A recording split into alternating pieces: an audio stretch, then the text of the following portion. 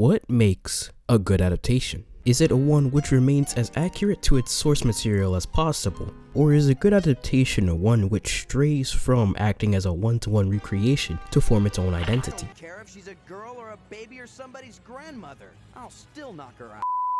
For the past 4 years, Paramount Pictures has carefully treaded the line between those two options. And as the Sonic movie franchise continued to progress, the line between those two routes has gotten thinner and thinner, allowing for the most recent installment of the franchise to be a nice blend of both A and B, which subsequently leaves fans to revel in the fact that this movie is one of the best within its category as of late.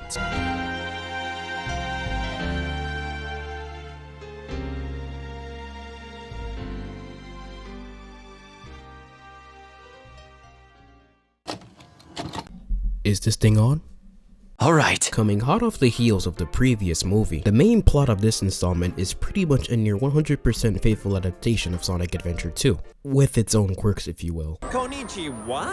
Oh brother, this guy Essentially, the movie follows Team Sonic's conflict with Shadow the Hedgehog after escaping his holdings in the gun laboratory and wreaking havoc in Maria's stead. Throughout this movie, I found myself being rather satisfied with how they went along adapting certain Adventure 2 plot points. I was especially impressed with how they handled the lore behind the Eclipse Cannon in this incarnation. Much like in the original plot of Sonic Adventure 2, the Eclipse Cannon is meant to fire a huge beam into planet Earth as revenge for Maria being slimed out by gun agents. However, what sets this movie apart from its source material is the circumstances of that aforementioned incident and what follows. The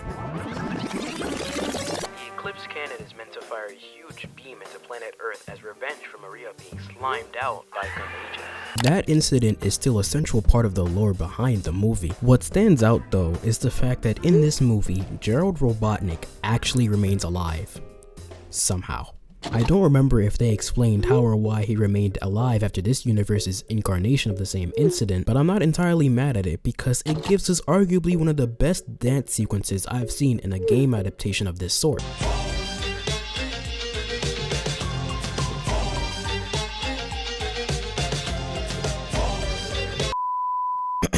Moving on. Another aspect of this particular movie that I personally enjoy is the fact that the quality of its fight choreography is a huge step up from previous franchise installments. And the second movie already set somewhat of a high bar in that regard. Let me set the stage. You got Team Sonic pulling up on the King Von vessel, trying to reason with him and put an end to his madness. But Shadow, noticing that they pulled up from a gun helicopter, starts talking crazy. And Knuckles, being the Nigerian uncle he is, tries to run up on him, but nah.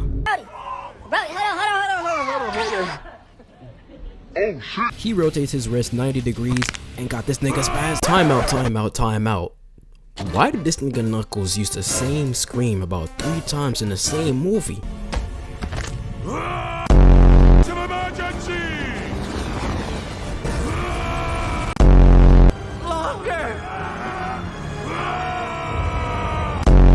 Yeah, I'm not gonna lie, y'all gotta do better, bruh.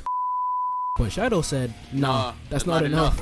And starts decimating this nigga. He had done him so bad, he was high-key resembling how Sonic was getting done in the beginning of Forces. Yeah, buddy, that's your future. They try to spin back, only for Tails to follow the tradition of being bullied by Shadow, Knuckles eating the cement, and he finishes Sonic off by slamming him to the ground after picking him up. And just when us moviegoers thought we were eating good, Paramount decides to feed us with Sonic hawking down Shadow while on his motorcycle, Shadow performing an Akira slide up the tower, and of course the final clash knocking out all the power in the city. And don't even get me started with the Super Sonic and Super Shadow ISO. They both run towards the emerald suspended in the air, and all we see is a golden spire of light. Sonic, as expected, retains his super state, but then we see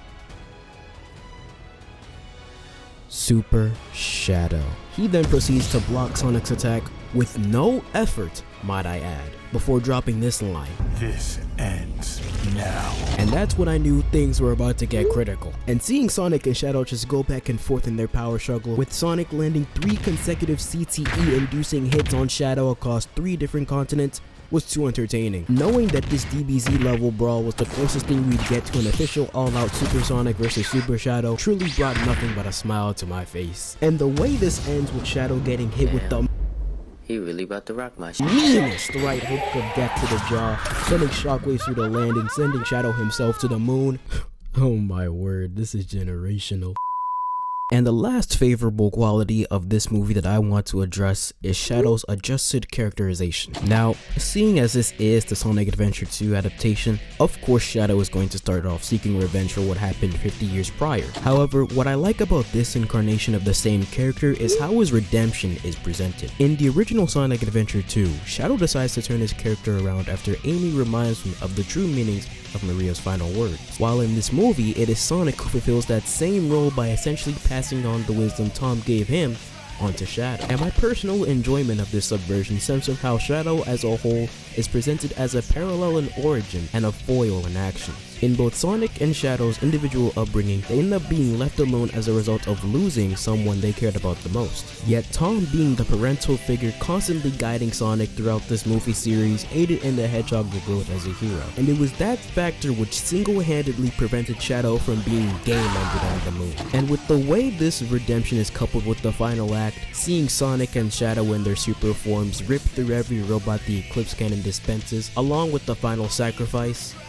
my inner child was definitely tweaking a bit. Overall, this movie was generally an improvement from Paramount's previous entries, and I'd personally give it an 8 or an 8.5 out of 10. My only complaint is that I wish they'd reference more Sonic Adventure 2 music other than shoehorning in Live and Learn about 13 times in the same movie, because it's a generally agreed upon principle that no matter how ass a Sonic game may be, the music will always be a redeeming factor. But besides that, with Sonic 4 being a potential fusion of Sonic CD, Heroes, and the Brotherhood of Metallic storyline in the comics, and a confirmed release date for spring of 2027, I can confidently say that Paramount, you've officially gone 3 for 3.